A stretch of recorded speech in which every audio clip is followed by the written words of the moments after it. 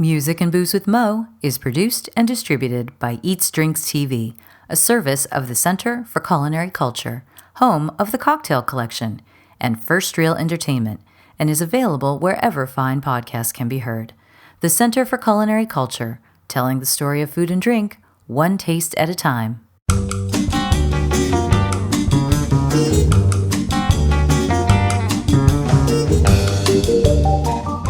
Welcome to Music and Booze with Mo. I'm Mo Herms, and I've worked in the music industry most of my life, so have met some pretty amazing musicians over the years. I also love a good cocktail, and I've encountered some really interesting bartenders as well. It seems that there's a lot of crossover, so when I can, I like to talk to musicians and bartenders about music and booze. Join us at the bar, won't you?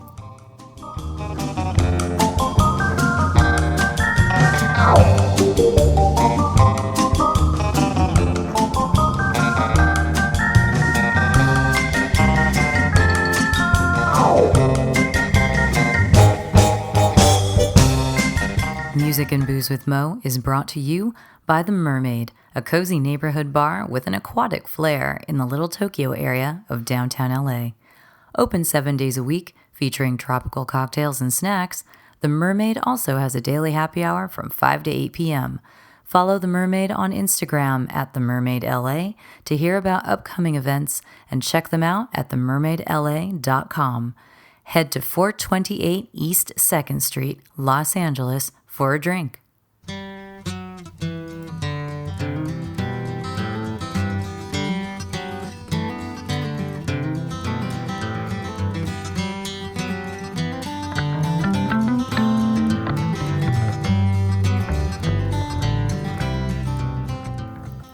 James Lawrence tends bar at the teeny tiny Kansas City location, Swordfish Tom's.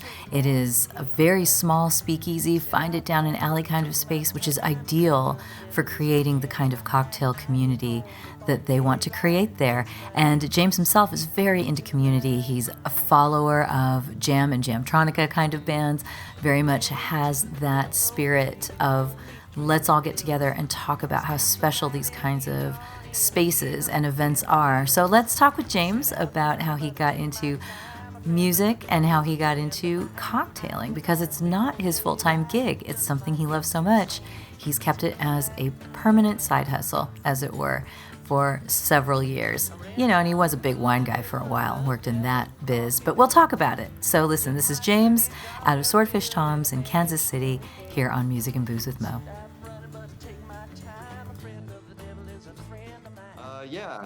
My name's James Lawrence. I work at Swordfish Tom's in Kansas City, Missouri. We're a little speakeasy bar in the basement in an old boiler room. It's a fantastic space. Big shout out to Jill Coxon, who's the owner and founder. We have a max capacity of about 25 people, and we try and keep like a really like low key inclusive vibe kind of going on. And Go ahead. Go ahead. I was to say I read online, because I obviously have not been to this place yet, but I was very intrigued by it. And one of the things I read was no wine, no beer, and no food. My bar serves no food either. That's pretty common, but the no beer and no wine. I was like, oh, so they are a straight cocktail place. Yeah, it's just cocktails. I make all my drinks on the size of like a small cutting board that you would have in your own home. So like the bar itself is all that's maybe like that's an analogy to the whole bar. We have like no space to do most of what we do. And so like, you know, beer and wine would like, you know, in that regard, but we do like to keep the focus on the cocktails. Like it's an intentional choice. It didn't just like happen that way. So what's your background? How did you get to this place? Yeah, so I went to school obviously for not for bartending, and then got out and did the corporate thing for like a year and really didn't enjoy it. And so I got a job at a wine shop in Houston, Texas, and I started learning about wine. And I was really intrigued, and I still love wine. It's one of my great passions. Anyway, that kind of led to like getting my first like bartending job at like a volume cocktail place where I'm just like, buried every day. But like enjoyed the environment, had like a really great team that supported me and was like, really thankful for that.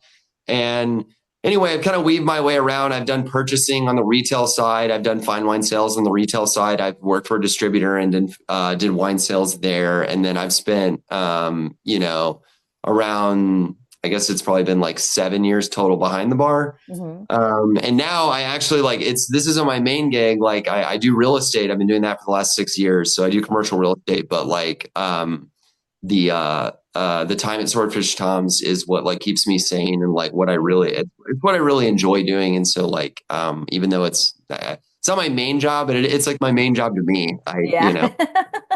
So, I think that's totally valid. Well, when you were back at that high volume spot, that was your first bartending, like serious, like mixing kind of gig, right? How was yeah. that for you? What kind of space was it? Yeah, it's this place called Bar Bohem. It's still there in Houston. It's in Montrose, which is kind of like Mhm. the like LGBTQ Yeah. kind of capital of Houston there. And Bar Bohem was like this place where it's like there's like 250 people seating like Oof. outside. There's outside bar, inside bar. And Hal Brock had just taken over there, and he's I'm sure he's still doing great stuff in Houston with cocktails. But he basically revamped the bar to more of a cocktail place, but it was just like 3 or 4 touch cocktails. We're dumbing down some Death and Co stuff back in the day and like, just trying to make it happen. And so, but it was like crazy to do all this volume, and then also, we're trying to like we're trying to keep things very cocktail focused, but we're ringing $25,000 a night. Oh So my God. That's crazy. yeah, I mean, like, I learned probably more in 2 weeks there than like maybe the rest of my career in terms of like how to get a drink out as quickly as possible. So yeah, it was a great space. It was a great place to start. I couldn't have picked a better one. Well, I mean, it definitely teaches you how to like set up your bar and, but I like the idea though of the dumbing down of a fancy cocktail in a way, because it's Yeah. sort of in a space like that. It's too big. It's too big, I would think, to do anything that was really intricate.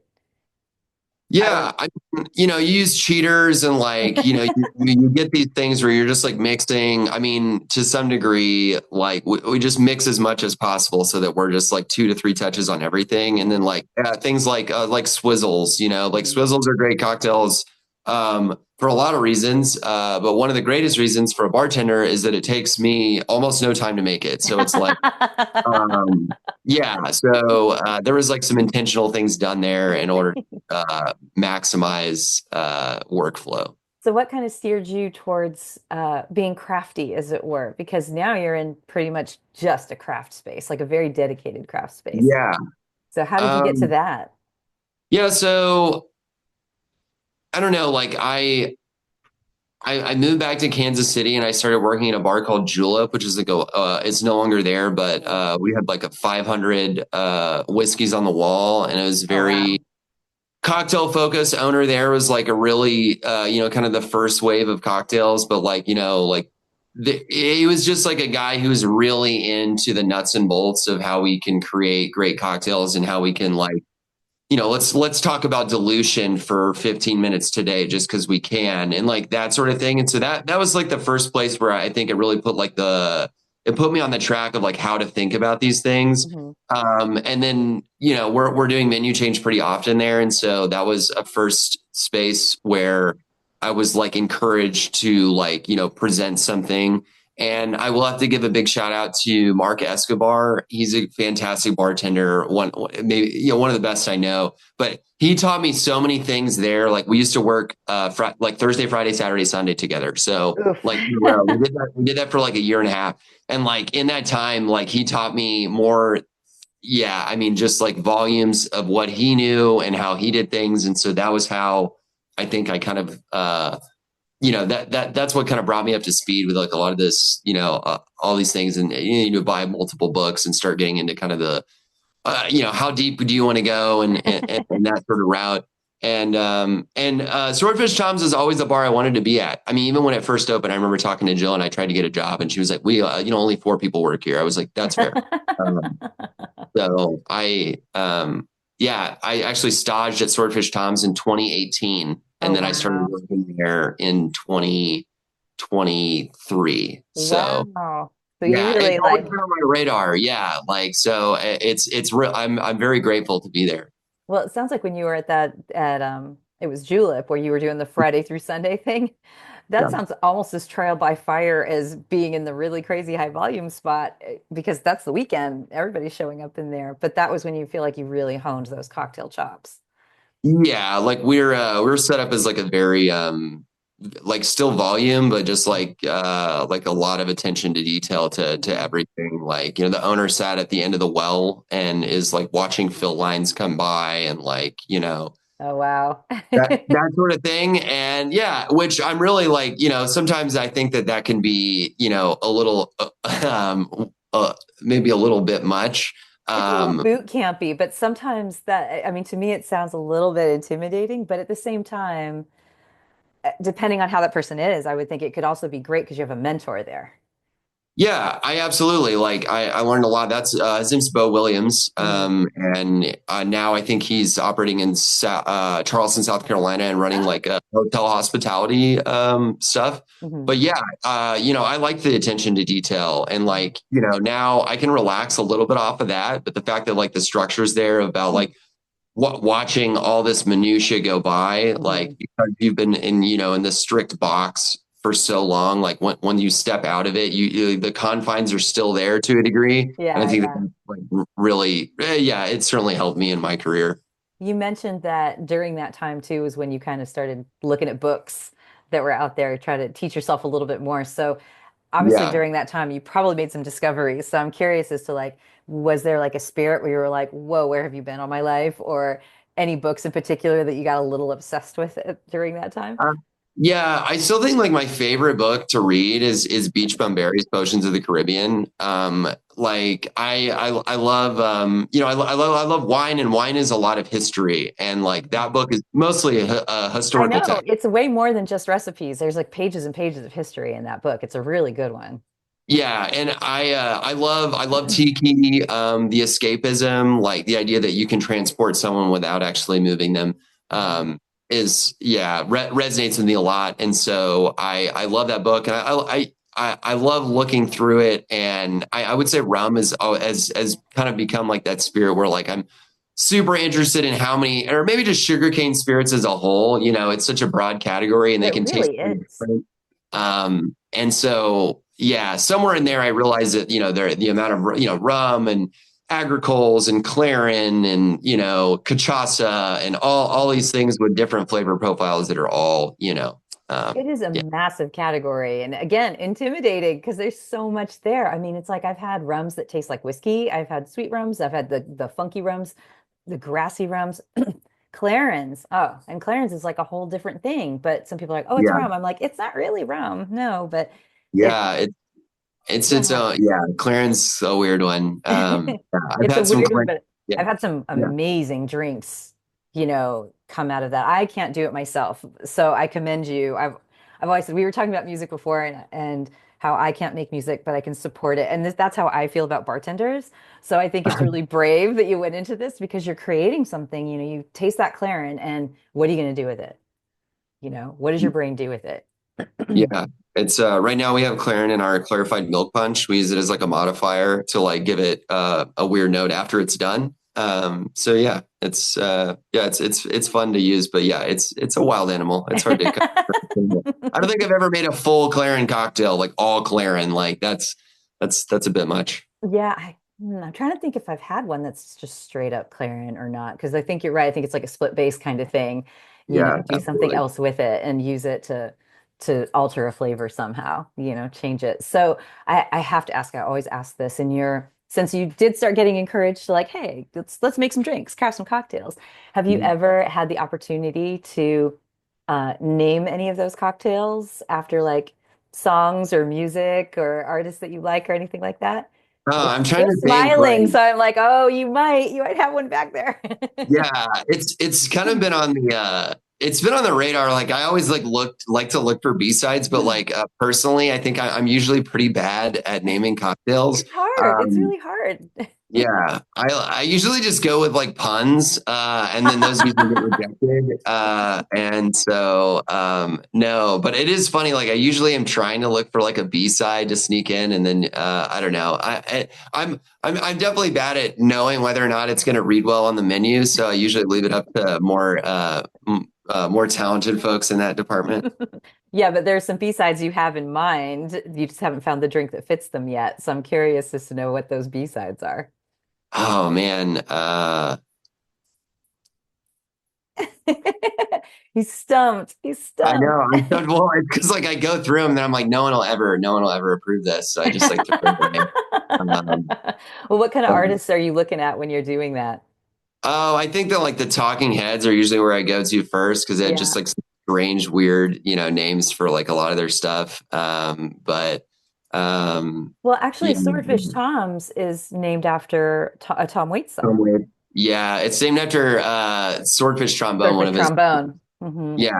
So yeah, Jill's a huge Tom Waits fan, and like we have some like Tom Waits kind of stuff like around, which is yeah, Well, something I obviously was curious about was if, I obviously you wanted to work there for a while and you had to kind of continue to show that, yes, I still want to be here. I totally want to be here. I make these great drinks over here. You had to kind of keep showing up and making your presence felt.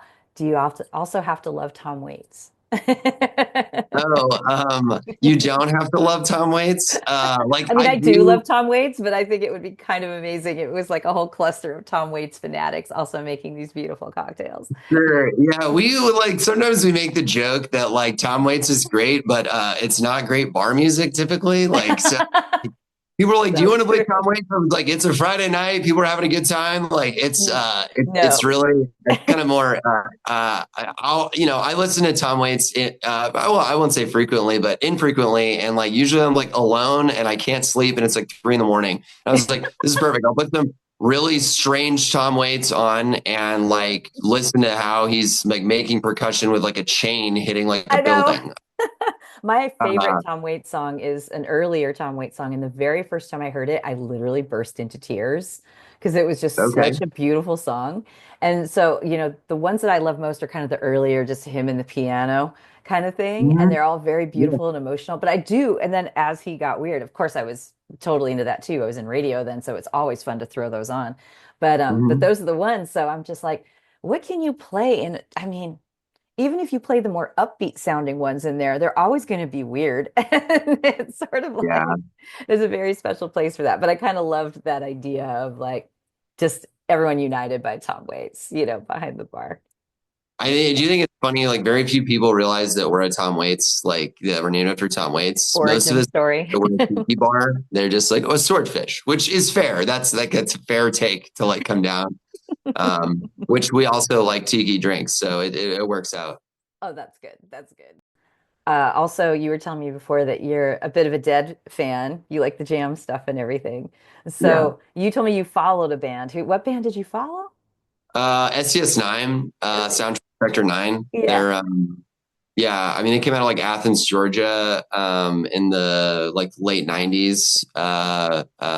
So yeah, they're yeah, like some people like to call it like Jamtronica. They use like electronic instrumentation, but they're all playing instruments and really great lights production. I really like production along with music. I think it's like they talk about like the lights guy being like the extra member of the band. Like Oh, that's cool.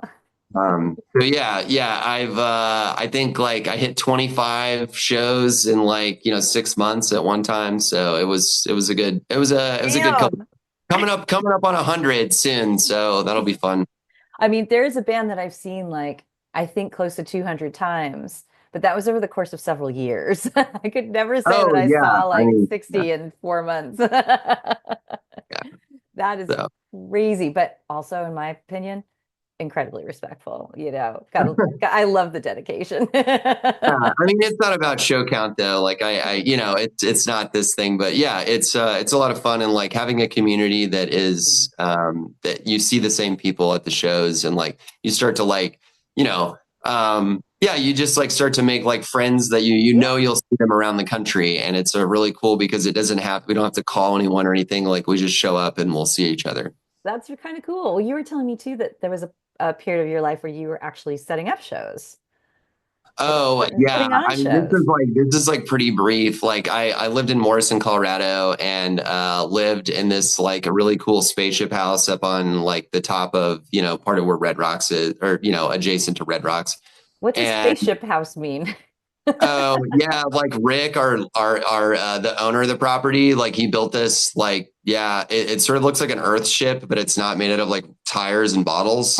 He used like traditional materials, and there's like 25-foot windows, and it does look like it's placed into the side of the hill. And anyway, like a really cool guy, obviously. So we got his approval that we could like build a stage like on the rocks, like up above the house. And so we did that. And for a couple of years when we were there, we would just like throw parties, with DJs and like our friends and stuff like that. And yeah, so I mean, I really was a small part of it. I'm like the guy. I'm like, my friend Will, who is a promoter out there, Coal Mine Sound, big shout out. Like Will does a lot of dubstep.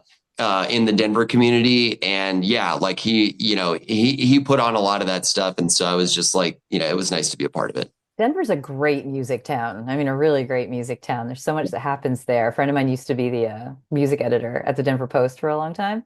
Then he Yeah, became the weed editor when that there you changed over, go. or when they Yeah. changed it over. But that's really cool though. I mean, it's neat to hear that there's so much of your you behind the bar and in music is kind of community oriented. Even throwing these parties is community oriented. And you talked about liking to go see electronica bands too. And my feeling with my past going to see kind of techno, rave, electronic stuff is that's pretty community too. Everybody kind of goes there and it's not the same as going to like a regular rock and roll show, which is always fun, but it's just a different vibe in those sorts of Yeah. things. Yeah, I don't sometimes it's like weird for me because like I still go to like many different kinds of shows, but when I'm Mhm. not like at a jam show or like electronic show, I have to remind me, and like this is not derogatory, but I was like, this is like a normie show. Yeah. Like, people here are like they're not maybe looking to necessarily have a conversation with Mhm. everybody around them. Mhm. So yeah, it's I yeah, like I've always really enjoyed the people that you can tell that everyone's really passionate about it. They're not just at a show. Like this is just part of like a larger part of like who they are. Now that's a really good distinction, actually.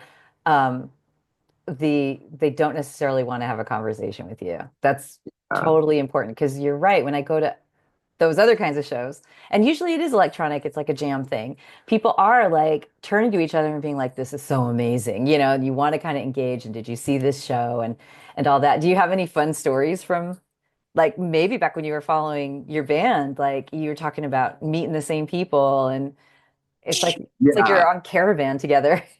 yeah. So I've got a good one. Like so there's the caverns in Pelham, Tennessee, which is like Central Tennessee. They do shows in the cavern, and also they built a stage outside of it. Really, really Amazing. cool venue. Yeah, obviously, like having a concert in a cave is just like there's a baseline level of cool there.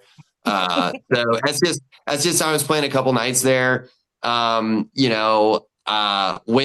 Flew out for the show and like, well, no, we drove out for the show and we're in there and this is like a jam band thing kind of they call it like bust outs where they're like Okay. these songs that haven't been played in like years and years and like you've got to be really dedicated. It's not dedicated, but you have to listen to the band a lot to be like, I was oh, gonna say. and so I like to call myself like the scribe, like where people like take set lists down. Like that's the person I am. Hmm. Like I'm writing down the transitions and like how long the songs were and stuff. And so I'm standing there and they're playing this song, and I'm like, man, is this song Empires, which they hadn't played in over 10 years. I was like, this is probably not. So I'm writing it on my phone and I put a question mark down, and like out of nowhere, this guy behind me just leans over and he was like, "It is it. They're doing it. It's they're playing it, and yeah, it's happening right now, buddy." So yeah, that was just like it just takes this like it's strange. It's always strange to meet people that are so far down the rabbit hole with you. and it's great and it's wonderful and it scratches an itch like nothing else that I know of. That is so cool. I love that you were just like, there's no way this could be what I think it is. And you were just like, not, it does not compute because it was so rare for them Yeah. to do it.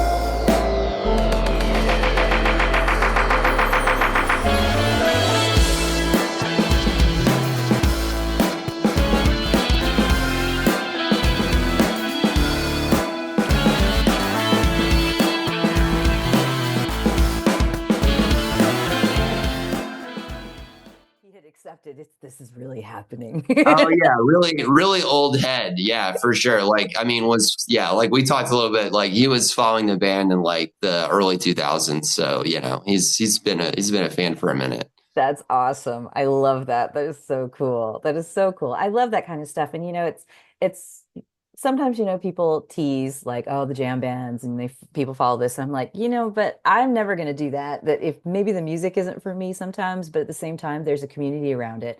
And I wouldn't have gotten into hospitality if I didn't like community. Yeah. I feel like there's that thing. And so that's kind of something, and you talking about those experiences, like in the music world and having that. And you said, well, the Swordfish Tom's gig is your side hustle, but it's the hustle that kind of gives you life.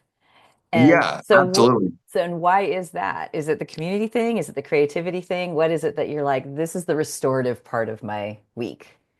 Yeah, it's, like I think making other people happy, well, at least for me, and I think for Mhm. many people in the hospitality industry is like its own gratification. And it's, it just like fills the cup.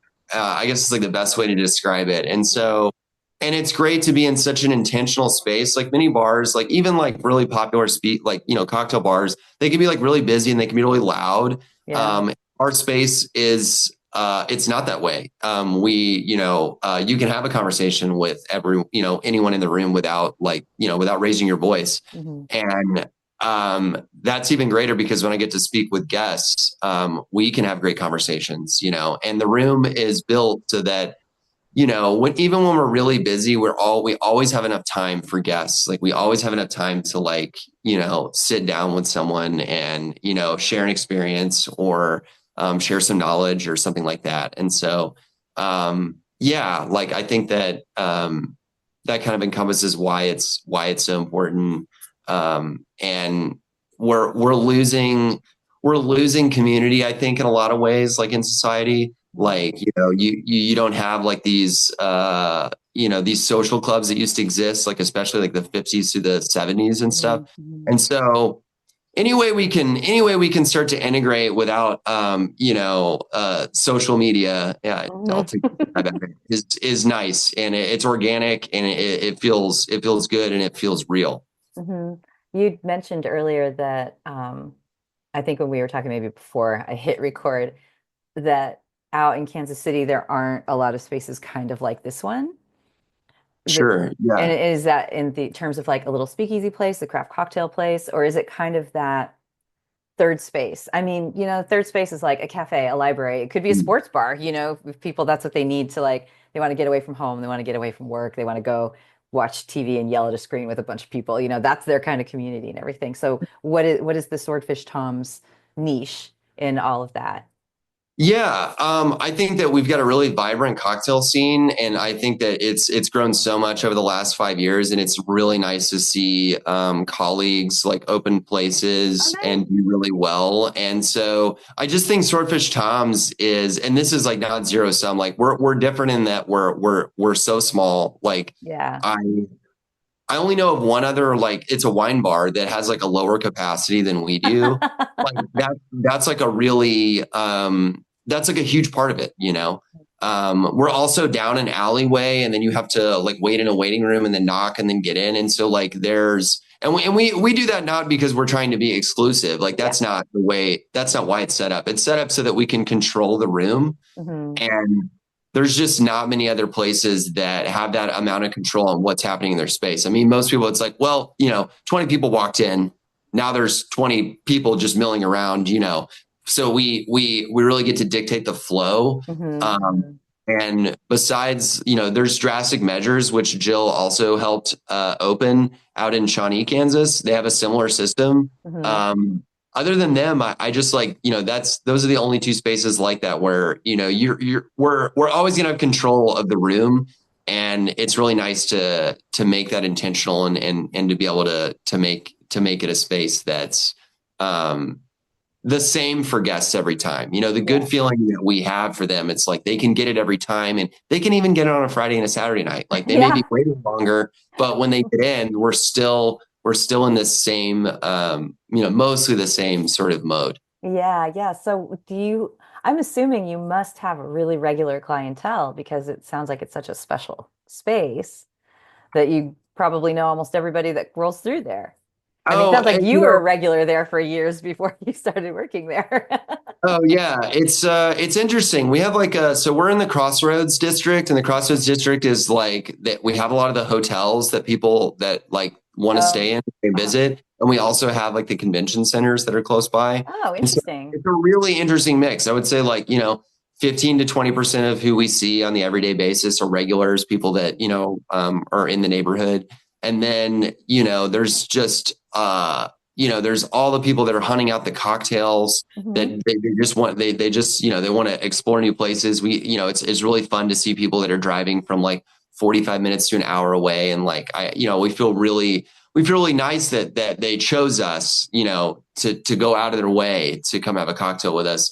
And then, we have so many people that are just coming from across the country, around the world, just because they're here for business and things like that. And that keeps it fresh. Like I love taking care of regulars, but I love the new experiences that people that are traveling bring with them. They're coming to an event or they're coming from a place, and like it's a great breeding ground for great conversation. That's awesome. I mean, there's a little bit of living vicariously through because you're going to be meeting people who are coming for a convention or whatever from Yeah. whatever part of the country, and you're going to get to hear a little bit about maybe the cocktail scene where they're from because they've Yeah. searched you out. But at the same time, you guys are being great ambassadors for Kansas City and for that scene, if you think about it, because those people are going to leave and they're going to tell folks, when they go, I went to this fabulous spot and I had such great drinks and everybody was so cool there. I think one of the most fun things now that I've worked there for 2 years, like I'm seeing the yearly events, like a lot of these conferences, like they happen yearly and they're going to happen. And this has happened on a number of occasions where people, I remember that they had come in, and then the next year that they'd come in, they brought like 10 people with them. Like they're like, oh, we had such a wonderful time with you last year. And now like, I wanted to bring all my friends. And it's Ambassador. it's really nice to hear. And we always want to take care of people that take care of us. And, obviously like bringing your friends is great. That's really cool. Are there any cocktails that you recommend to these folks when they come in? Do you have any that you're especially proud of during your time Oh, there? yeah. I mean, I'm proud of our menu. Like we go big on the menu. We're really bad at cutting cocktails. I think we're sitting at like 36 right now. Obviously, there are many places that, blow that out of the water and they have many, but like the space we have to I was gonna work say you're with. tiny, so Yeah, the fact that, we have like four quick open fridges that house all of our 35 cocktail menu is like, it's a mess in there. So right now, I really like this cocktail we have on the menu. It's called the Red Right Hand, which is a Nick Cave reference. Cave song. Yeah, I know that song. So yeah, it's not my cocktail, Okay. but it is a mezcal, Campari, and then raspberry gochujang. Ooh, Um, wow. yeah, and we do a little bit of absinthe in there. It just kind of like, I don't know, it's kind of the rug that ties the cocktail together. Yeah, I could see Um, that. yeah, but it's so interesting. Gochujang is such a great flavor. I love working the food into cocktails. I get a lot more inspiration, honestly, off of food than I do like any other source. Yeah. And when I tasted it, I was like, oh, I mean, I love Korean food, and it's so earthy, and like I don't describe it this way, but it does have this like tobacco-ness going on. hmm Yeah, and it's a nice tall drink. Yeah, so How that one's about fun. How about one that you've made that you're really proud of? One that you created? Yeah. Right now on the menu, it's called the Good Omens. Not It's a after the peanut butter. Terry Pratchett book. Yeah. It Yeah. is. I'm not Yay. 100% sure the reference. I should ask. I'm just like, sure. Yeah. I don't, yeah. Uh, it's a peanut butter fat washed, Scotch cocktail, or it's a Scotch old fashioned, with Amargo Chincho bitters and then, a rich vanilla turbinado. Ooh, Um, yum. That sounds yeah. delicious. So yeah, I'm sure I'm sure Scotland isn't super happy that I'm just dumping peanut butter in their scotch, but I really like the flavors. Like it doesn't come off as this super peanut buttery, you like breathe out and you can taste the peanut butter, which is what I was going for, something a little, not, a little subtle. And then I actually built the cocktail around the garnish because I love vanilla wafers, like the ones that are like $1.29 and you can buy like 1,000 of them. Yep.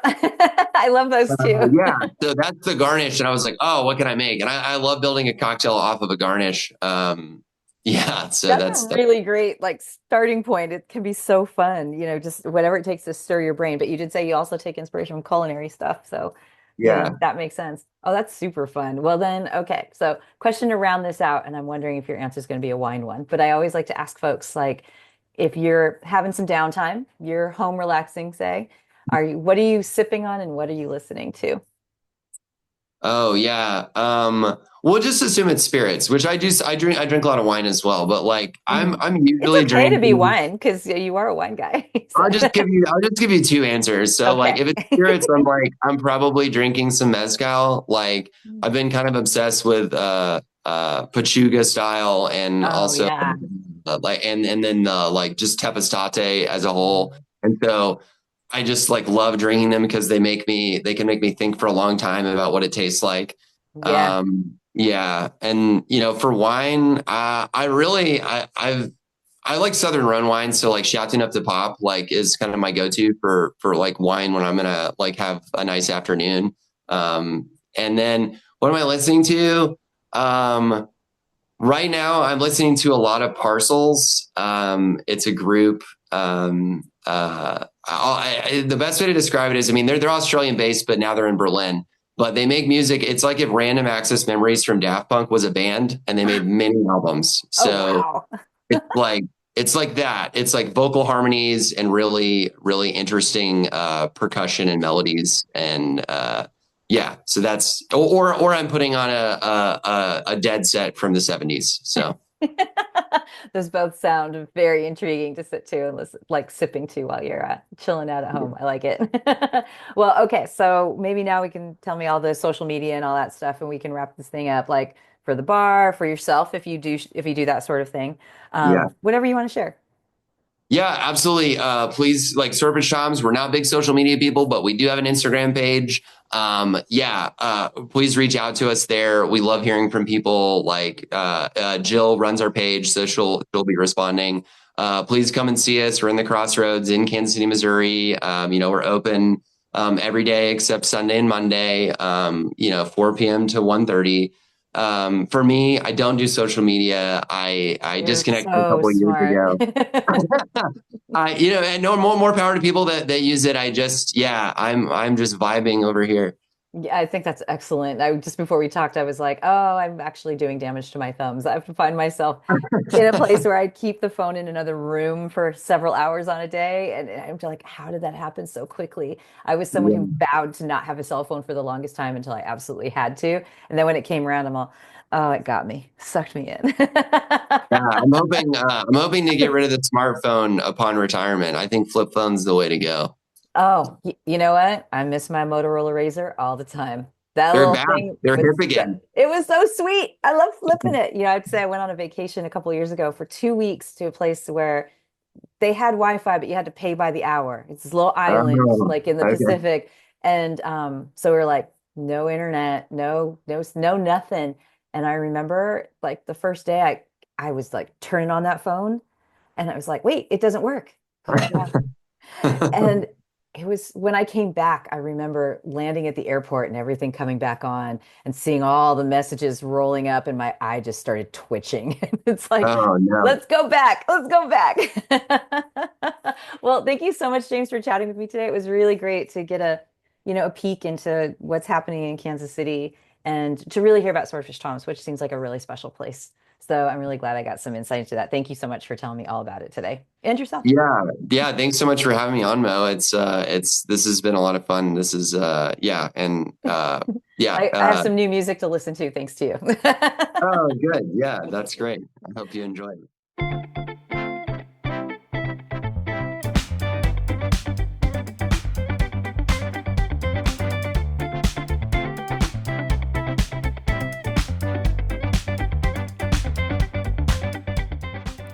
A big thank you to James, a truly good soul. And if you ever find yourself in Kansas City, Missouri, please find Swordfish Tom's and pop in and say hello. From what I can tell, just about everybody there is pretty amazing. I've had interactions with a couple folks, and I long to visit this place and just be there and be in that vibe. It just sounds like a really good one. Speaking of vibes, we've got an amazing playlist with a lot of stuff that I learned that James made. You can go to the Music and Booze with Mo Spotify page to check that out. And we're just going to leave you with those thoughts. Some good vibes, some good music, some good cocktails.